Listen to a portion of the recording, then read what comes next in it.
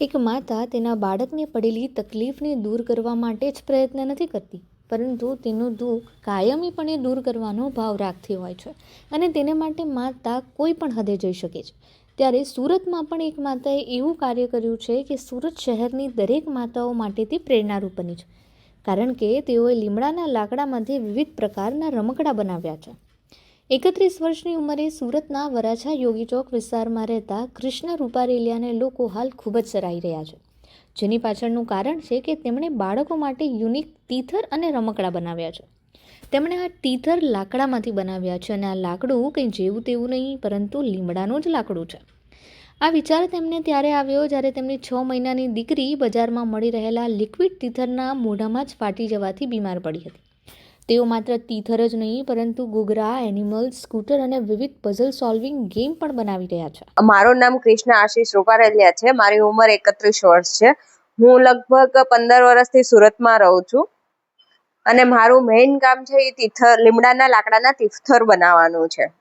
તો લીમડાના લાકડાના તીથર બનાવવાનો વિચાર મને ત્યાંથી આવ્યો જ્યારે મારે બેબી 6 મહિનાની થઈ અને એમને જ્યારે લિક્વિડ ટીથર આપવામાં આવ્યું ત્યારે એમના દાંતના કારણે લિક્વિડ ટીથર તૂટી ગયું અને એમનું લિક્વિડ પેટમાં ગયું, જેના કારણે એ બીમાર પડી અને એમને 6 થી 7 દિવસ માટે એડમિટ કરવી પડેલી. ત્યાંથી અમને વિચાર આવ્યો કે આ ટીથર ના આપવું જોઈએ, તો આના ઓપ્શનમાં આપણે શું આપી શકીએ.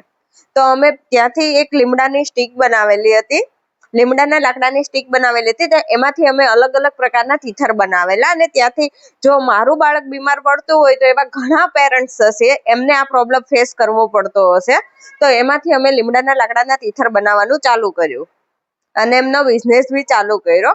તો લીમડાના લાકડાના તીથર જ કેમ? તો કારણ કે જ્યારે આપણે નાના હતા ત્યારે આપણા જે વડીલો હતા એ લીમડાના લાકડાનું દાંતણ કરતા હતા, જેના કારણે એને જે હેલ્થમાં ઘણો બધો બેનિફિટ થતો હતો. તો જે નાના બાળકો છે એમને ઘણી સમસ્યાઓ હોય છે કે દાંત આવે ત્યારે બીમાર પડવું, તાવ આવવો, ઝાડા રહેવા, એવી અલગ અલગ પ્રકારની ઘણી બીમારીઓ થતી હોય છે. પણ લીમડાના લાકડાનું જ્યારે તીથર આપવામાં આવે છે ત્યારે એમની કડવાશ જ્યારે એમના પેટમાં જાય છે ત્યારે એમને જે બીમારીનો સામનો કરવો એમાં ઘણા અંશે એને છે ને લાભ થતો હોય છે. કૃષ્ણાબેનને અનુભવાયેલી આ ઘટના બાદ તેમને લાગ્યું કે જો એક માતા તરીકે તેમણે આ તકલીફ સહન કરવી પડી હોય તો એવી તો અનેક માતા હશે જેમણે આવી તકલીફ સહન કરવી પડી હોય.